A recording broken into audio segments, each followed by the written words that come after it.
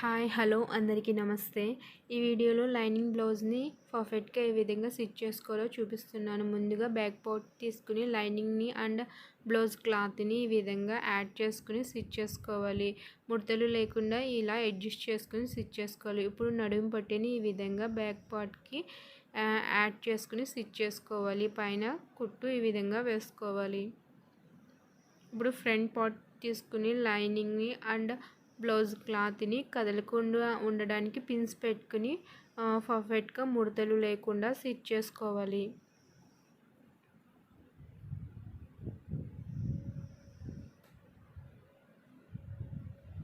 Front part crossings అయ్యి పర్ఫెక్ట్గా రావాలంటే ఈ విధంగా క్రాసింగ్స్ ఈ విధంగా గీసుకుని స్టిచ్ చేసుకోవాలి. నేను చూపించిన విధంగా సేమ్ స్టిచ్ చేస్తే క్రాసింగ్స్ ఫ్రంట్ పార్ట్ చాలా పర్ఫెక్ట్గా వస్తుంది. మేము ఆన్లైన్ ఆర్డర్స్ కూడా తీసుకుంటున్నాము. మీకు నచ్చిన మోడల్స్లో డిజైన్ చేయించుకోవాలనుకుంటే కింద కామెంట్ చేయండి. ఫర్ మోర్ డీటెయిల్స్ చెప్తాం. చూడండి, ఫ్రంట్ పార్ట్ బాగా పర్ఫెక్ట్గా రావాలంటే ఈ విధంగా చూపించిన విధంగా స్టిచ్ చేసుకోండి. ఇప్పుడు క్రాస్ పట్టీలని ఈ విధంగా క్రాసింగ్ కట్ చేసుకుని back side lining, front side blouse క్లాత్ని పెట్టుకుని సెంటర్లో బ్లౌజ్ ఫ్రంట్ పార్ట్ని పెట్టుకుని ఈ విధంగా యాడ్ చేసుకుంటూ స్టిచ్ చేసుకోవాలి.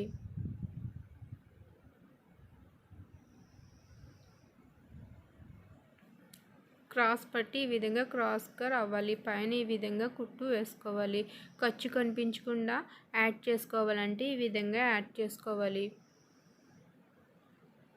ఇప్పుడు లోపల ఒక రఫ్ క్లాత్ని పెట్టుకుని ఫోల్డ్ చేసుకుని ఈ విధంగా లైనింగ్ని ఫ్రంట్ బ్లౌజ్ క్లాత్ని యాడ్ చేసుకోవాలి.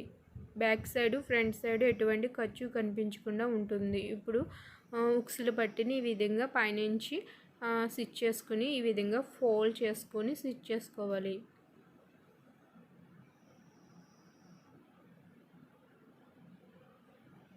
మళ్ళీ పైన కూడా కుట్టు వేసుకోవాలి. ఇప్పుడు తాళ్ళు పట్టి ఈ విధంగా బ్యాక్ సైడ్ నుంచి బ్లౌజ్ ఫ్రంట్ పార్ట్కి యాడ్ చేసుకోవాలి. క్లాత్ని ఈ విధంగా ఫోల్డ్ చేసి ఫ్రంట్కి స్టిచ్ చేసుకోవాలి.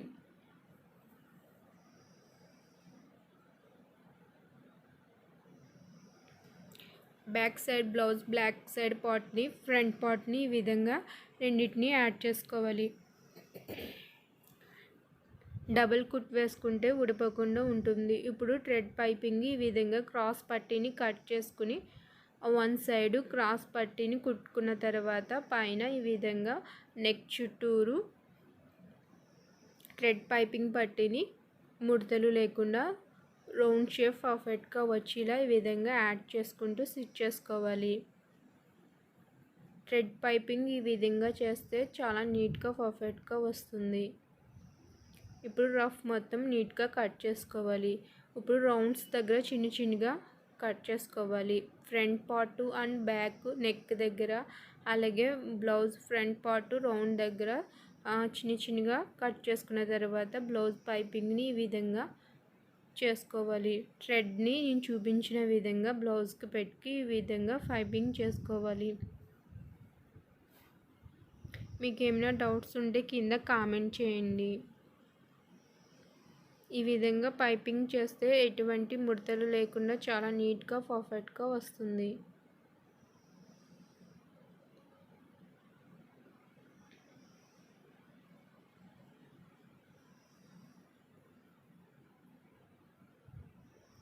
చూడండి, చాలా నీట్గా పర్ఫెక్ట్గా ఉంటుంది. పైపింగ్ అస్సలు ఎక్కడ ఎటువంటి ముడతలు లేకుండా క్రాసింగ్స్ కూడా నీట్గా తేలుతుంది. పైన ఈ విధంగా డబల్ కుట్టు వేసుకోవాలి. ఎందుకంటే వెనక సైడ్ ఉన్న ఖర్చు పైకి లేకుండా, చేతి పని లేకుండా ఈ విధంగా వేసుకుంటే చాలా నీట్గా ఉంటుంది. చూడండి, ఈ విధంగా ఉంటుంది.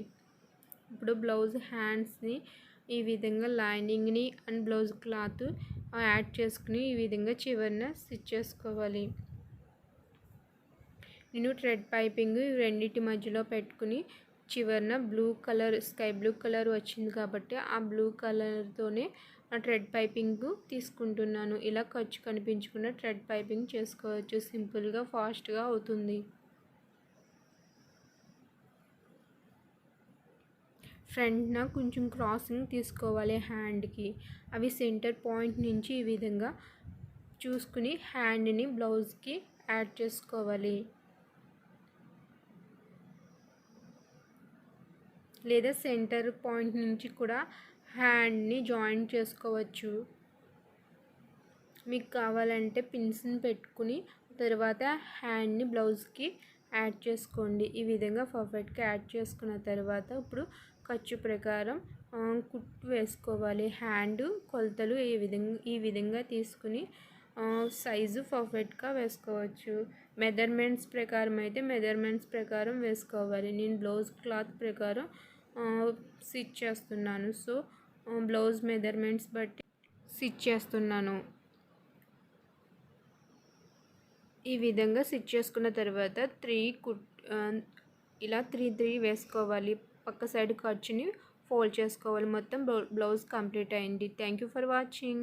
ఈ వీడియో కనుక మీకు నచ్చితే లైక్ చేయండి అండ్ సబ్స్క్రైబ్ చేయండి.